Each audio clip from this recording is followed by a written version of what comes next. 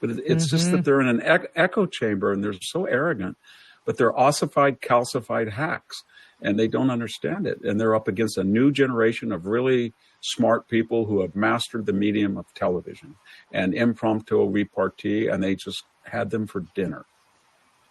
Right now, what's going on is the Senate confirmation hearings for Attorney General. That is the top cop in the country, okay? Top lawyer, should I say. That's the top prosecutor of the country. And Miss Pam Bondi out of Florida, she's the Attorney General here, awesome Attorney General. She's up for her Senate confirmation.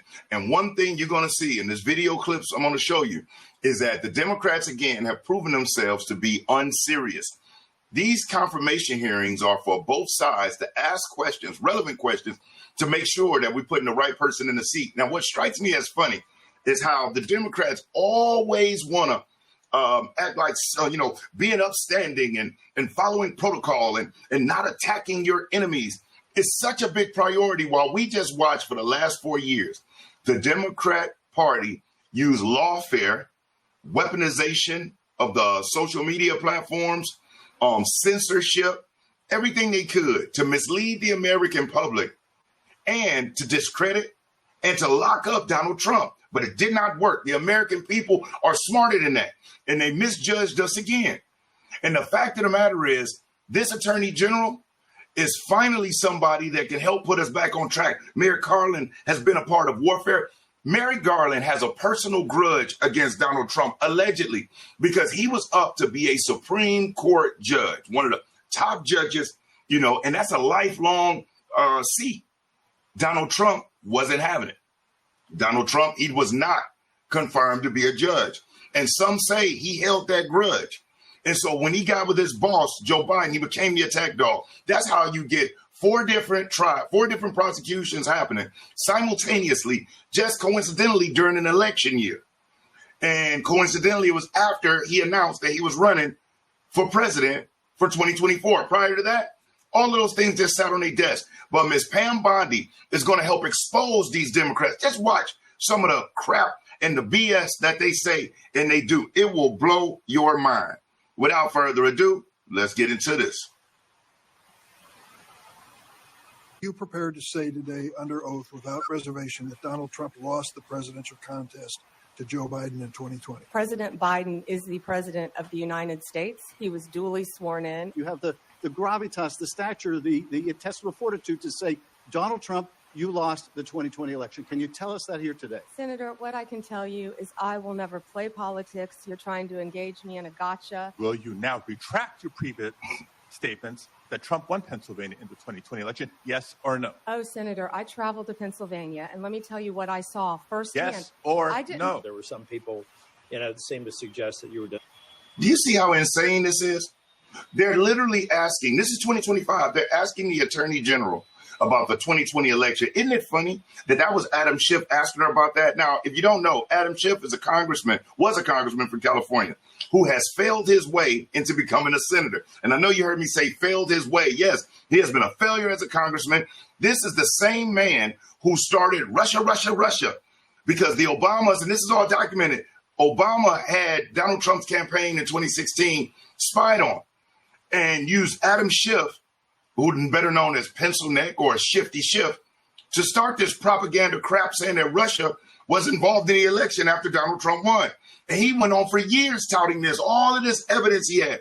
Then he became a member of the January 6th committee. Coincidence? He becomes a part of that committee. And guess what that committee does? Allegedly, they destroyed all the evidence. They tampered with witnesses. They lied and misrepresented, which is exactly why Donald Trump's impeachments before this failed. And that's exactly why the prosecutions failed, because every time they bring up some BS, they're just throwing everything at the wall, seeing what stuck. And guess what? Luckily, by the grace of God, Eileen Cannon and some of the other awesome, especially the lawyers that Donald Trump had working with him, they in the Supreme Court for realizing what was happening is setting certain precedents of presidential immunity for official acts. Okay, it's like, and let me, I can just keep going on. Let me let this finish. Denying the election. I think that you said that President Biden is our president. President Biden is the president of the United States of America, and President Trump will be the 47th president. Would you have hired someone into the Florida Attorney General's office who you knew had an enemies list? Senator, to cut to the chase, you're clearly talking about Kash Patel. I don't believe he has an enemies list. He made a quote on TV, which I have not heard. I have known Kash, and I believe that Kash is the right person at this time for this job. And I'm questioning you right now do. about whether you will enforce an enemies list that he announced publicly on television. Oh. They're talking about an enemies list. Isn't that rich? An enemies list when Joe Biden and Merrick Garland and Christopher Wray, who was the director of the FBI, they attacked Christians. They went after parents who were having issues with what their children were being taught. They attacked patriots. There are people locked up from January the 6th who didn't even go in the building. They just so happen to have the wrong initial next to their name when it comes to their political preference. And this is real. So when they talk about enemies list, the Democrats are great at deflection. You ever notice that? They deflect. Anything that they're actually doing, they accuse other people of doing. You know, going after political opponents. That's what they did. Spread misinformation. That's what they do. Joe Biden's great. Kamala Harris is going to win. The border's secure. Inflation is transitory. These people are nuts. They get on my nerves. Oh, Senator, I'm sorry. There will never be an enemies list within the Department of Justice. The president has said Jack Smith should go to jail. Will you investigate Jack Smith? Should. Senator, I haven't seen the file. I haven't seen the investigation. I haven't looked at anything. It would be irresponsible of me to make a commitment. Are you aware of a factual predicate to investigate Jack Smith? Yes or no?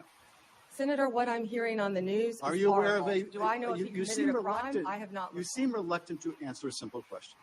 Let me ask you. Now, why is Adam Schiff so concerned about Jack Smith? And if you don't know, Jack Smith is the special prosecutor who was selected by Merrick Garland to go after Donald Trump. Why was he selected? Jack Smith has a reputation for being a slimy attorney who have been overturned several times due to reckless and unethical practices. It's the same exact thing he did here. But let the media, CNN and MSNBC and ABC and all, he's great.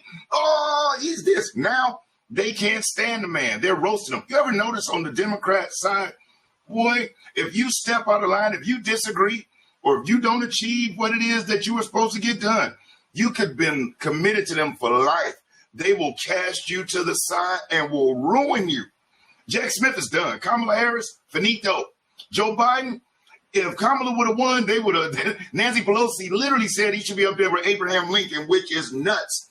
She is senile too, allegedly.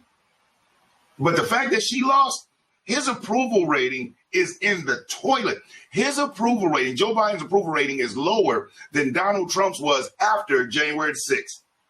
Let that sink in. And he just gave this delusional farewell speech. But Adam Schiff asking about Jack Smith, who was the prosecutor for the documents case and the election fraud out of Florida. Now, the documents case has been thrown out, okay, because he was the president, and under the the Presidential Records Act, he can declassify documents and take them with him if he like. Now, Joe Biden, on the other hand, also had documents at his house, except they were from when he was a senator and a vice president, because he's currently the president. So he couldn't declassify and take anything with him. He's still in office. Now, both of these folks were investigated. Donald Trump's house was raided unnecessarily. Of course, CNN was notified. That's how they were there right when it was happening. Joe Biden, they literally called in advance, gave them weeks in advance notice. They knocked on the door. They had lunch and whatnot, brought treats. They went through, and guess what? They found documents. Now, the difference is at Donald Trump's, when they went to Mar-a-Lago, his documents were in a secured room, guarded 24 hours a day, not just by some of the most high-tech technology, but also by guards. And he was the president that took his documents, house raided, being prosecuted. Joe Biden had the documents inside of a garage that was unlocked, that was not protected, not guarded. His son, Hunter Biden, who has affiliations with the Chinese and the Ukrainian governments, who has actually been prosecuted on fraud for pew-pews and tax evasion, and was just pardoned for 11 years by his father. Why 11 years? 2014, when he was a VP, to right now. That's not weird or random. But that's where he had his documents. Both were assigned to special prosecutor. Jack Smith chose to prosecute Donald Trump, who was a president, Presidential Rights Act, had the documents locked up, and the feds went to the house, dumped the boxes out, took pictures, and threw it up on the internet. Facts, all documented. All documented. Now, Joe Biden, on the other hand, had documents, had a special prosecutor, Mr. Robert Hur. And guess what Mr. Hur found? Yes, Joe Biden was guilty of taking documents. No, he shouldn't have had them, but they won't prosecute because he's too old, and the jury would just see him as a senile old man. Tell me that's not 2 tiers of justice. But wait, the Democrats will tell you nobody's above the law. So full of crap. A different simple question. The president also wants to jail Liz Cheney. Sitting here today, are you aware of any factual basis to investigate Liz Cheney? Yes or no? Senator, that's a hypothetical, and I'm not going to answer that. When it comes to weaponization, Liz Cheney, Dick Cheney's daughter, and if you don't know, Dick Cheney was the vice president under George W. Bush. Dick Cheney is the one who laid the groundwork for us going over to Iraq for those weapons of mass, you know what, that did not exist. But yet tens of thousands of servicemen and women died for what? Many believe it was just for oil. Who's to say? But that's whose daughter it is, who is a Republican, who with her Trump derangement was voted out of office, was put on, well, before she was voted out, she was a member of the January 6th committee. There were 2 Republicans allowed, and it just so happened that both of those Republicans hated Donald Trump. But what made it even worse is they were handpicked by Nancy Pelosi to be on it, when in reality, the Republicans are supposed to send who they would like to send as their representative, but that's not what happened here. Liz Cheney is a part of it. Adam Schiff is a part of it. Documents destroyed. Witnesses allegedly tampered with. Not to mention all of the other unethical things. This is the same woman campaigning with Kamala Harris, knowing that she's a war hawk, knowing that they are backed by the defense military industrial complex. And now Adam Schiff is concerned of whether Pam Bondi will go after Liz Cheney. Why are you concerned, Adam? Why does it matter to you? What should she be concerned about? Why would she investigate her? I think you can find more in what's not said than what's said sometimes. it's worth noting that in more than 2 centuries of our nation's history, no president had previously been indicted, no president had previously been prosecuted until the Biden-Harris White House came along. And in the last 4 years, we've seen Donald Trump indicted and prosecuted not once, not twice, not 3 times, but 4 separate times. And 2 assassination attempts, Senator. That's right. I have to say, Javert from Les Mis would be chagrined. Now, you've seen that. Now, at the end of the day, hold on, where to go? My bad, y'all. My fault. At the end of the day, we see the Democrats aren't serious about fixing anything. They're out for gotcha moments. They're out for trying to make their snippets to be able to fundraise from their constituents. They didn't ask her any questions about her ability, about any previous cases, about any of that.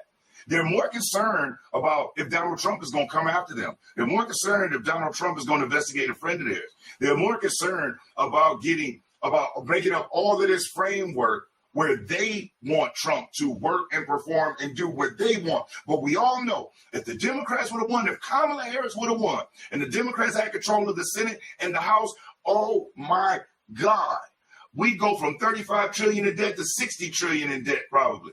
Instead of the 2 proxy wars, there'd be 3 or 4 wars where we actually had to have boots on the ground.